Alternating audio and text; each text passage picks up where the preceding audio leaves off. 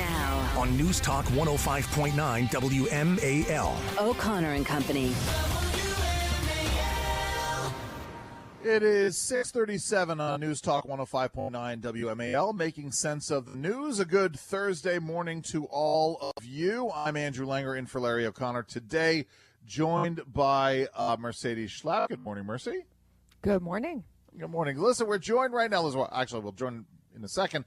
Going to be talking with Mark Paletta later on in the show. Mark Morano from Climate Depot, Mark Trammell from the Center for American Liberty, and Mark Morgan from the Heritage Foundation. But joining us right now is Mark Krikorian. He is the executive director of the Center for Immigration Studies. We've got this situation out of New York, essentially, Mark, 40 plus out of 62 counties telling the governor that they're all closed up. We're all full here. No room at the inn. We can't take on the illegal immigrants that you want to send us. Hochul summoned to the White House. She's caught between a rock and a hard place, isn't she, Mark? Yeah, she kind of is, although, politically, she ought to be taking the side of the communities in her own state. You would think. She should be. What she's done so far is the same kind of thing most other politicians that have been getting a lot of illegal immigrants in these blue states and blue cities have been doing, which is go to the federal government and say, give us more money, more money. What she should be doing is going to President Biden and saying, look, close the border, start enforcing immigration laws. In other words, fix this at the source.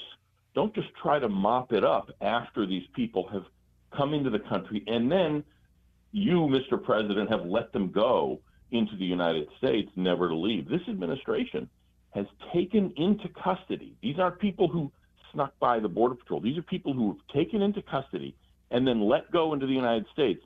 This administration has done that something like 2.5 million people. More illegal immigrants immigrants have been let go. Go ahead. No, go ahead, Mercy. Sorry. No.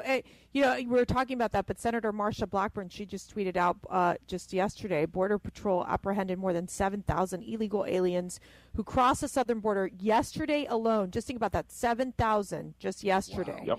Yep. Biden welcomes illegal immigrants, and migrants know it. And so this is the problem. It's putting an enormous amount of pressure on these different states like New York. And even you see New York City Mayor Eric Adams saying, wait a second, Governor Hochul, don't relocate the migrants out of New York City. This is causing a crisis in our cities. Yeah, but relocating them out of New York City doesn't help because then they're in, some other city. The point is in Westchester, they're in Orange County. Yeah, exactly.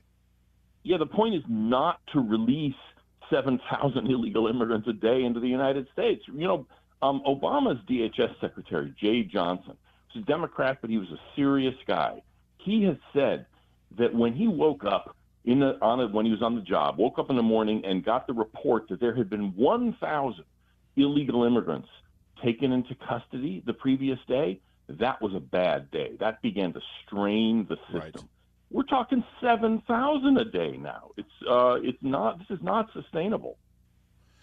No, it isn't sustainable, and it's one of those things, as we've all talked about, that when you have open borders, you essentially have no borders.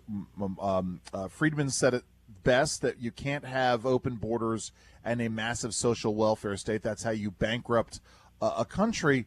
And this is why, the efforts to move these migrants elsewhere, or illegal immigrants elsewhere into the country out of the border states, was such a brilliant move because it made it a problem for these Democrat politicians.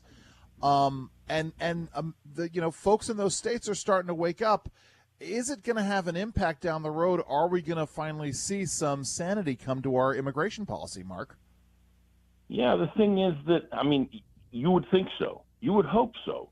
The problem is that this administration has filled all of the slots of people, political appointees that make these decisions with what can only really be described as pretty radical folks on immigration.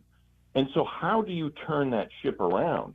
Do you fire everybody and put in new staff? In other words, it's not just a question of, say, DHS Secretary Mayorkas, who's, even if the House got around to impeaching the guy, and miraculously the Senate removed him.